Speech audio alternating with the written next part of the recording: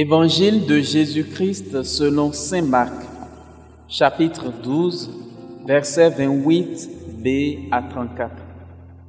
En ce temps-là, un scribe s'avança vers Jésus pour lui demander: quel est le premier de tous les commandements? Jésus lui fit cette réponse: voici le premier. Écoute Israël, le Seigneur notre Dieu est l'unique Seigneur. Tu aimeras le Seigneur ton Dieu de tout ton cœur, de toute ton âme, de tout ton esprit et de toute ta force. Et voici le second: tu aimeras ton prochain comme toi-même. Il n'y a pas de commandement plus grand que ceux-là.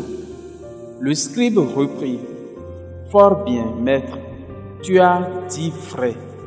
Dieu est l'unique et il n'y en a pas d'autre que lui.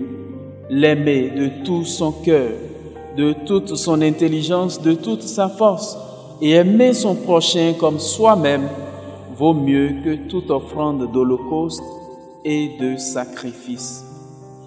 Jésus, voyant qu'il avait fait une remarque judicieuse, lui dit: tu n'es pas loin du royaume de Dieu. Et personne n'osait plus l'interroger. Acclamons la parole de Dieu.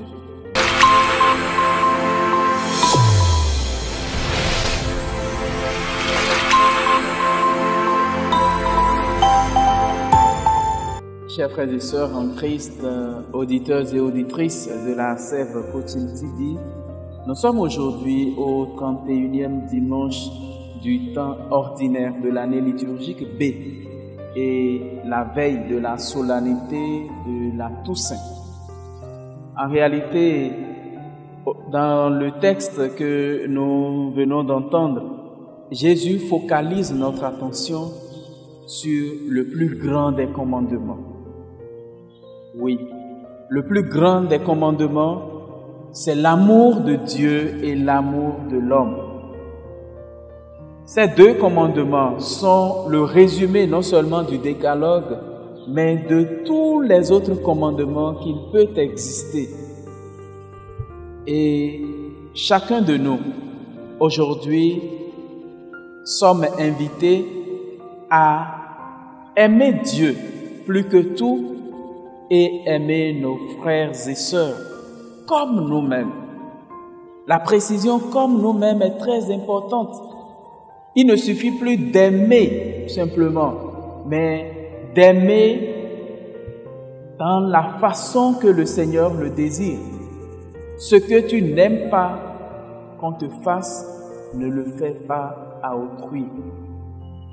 Ça, ce sont les critères de base de l'amour.